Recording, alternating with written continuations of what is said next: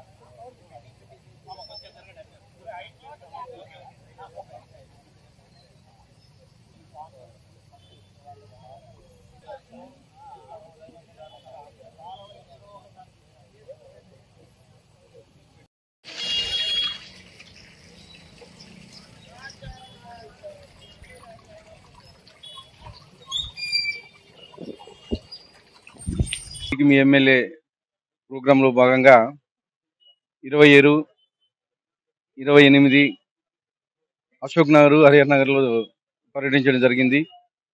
మా municipal commissioner గారు, అలాగే మా మున్సిపల్ సిబ్బంది, ఈ గారు అందరితో కలిసి పర్యటించడం జరిగింది. మేము ఎలక్షన్స్లో ఏవైతే ఇక్కడ సమస్యలు గుర్తించామో ఆ సమస్యలని పరిష్కారం వైపు తీసుకెళ్ళడానికి ఇక్కడ మీ ఇంటికి మీ ఎమ్మెల్యే ప్రోగ్రాం పెట్టి ఈ కార్యక్రమం చేయడం జరిగింది.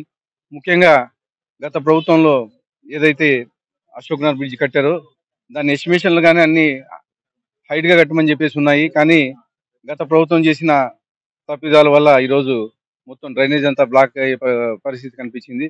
అలాగే ఈ స్ట్రీట్కి ఏదైతే రోడ్డు ఉందో అది కానీ వేపిస్తామని చెప్పేసి అది కానీ పెండింగ్ పెట్టారు. కాంట్రాక్టర్లు గారు అయితే గత ప్రభుత్వంలో ఉండే చేసిన ఎమ్మెల్యే గారు వీళ్ళంతా దాన్ని ఖచ్చితంగా మేము ఈ రోడ్ అయితే ఏమి, తర్వాత ఈ డ్రైనేజ్ సమస్య ఏదైతే ఉందో, బ్రిడ్జ్ ఏదైతే ఉందో అది కానీ క్లియర్ చేస్తామని చెప్పేసి చేయడం జరిగింది. అలాగే ఈరోజు ఇండోర్ స్టేడియంలోకి వెళ్ళడం జరిగింది. ఇండోర్ స్టేడియంలో ఉండే ఎక్విప్మెంట్ కానీ, జనరేటర్లు కానీ ఇవన్నీ అక్కడ ఉండే అధికారి అమ్ముకున్నారని చెప్పేసి ఈరోజు ఆంధ్రజ్యోతి పేపర్లో కానీ రాయడం జరిగింది.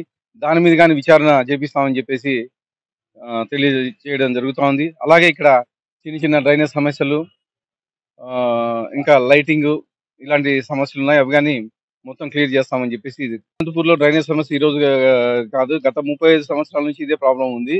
దానికనే అండర్ గ్రౌండ్ డ్రైనేజ్ తీసుకెళ్తున్నామని చెప్పడం జరుగుతుంది.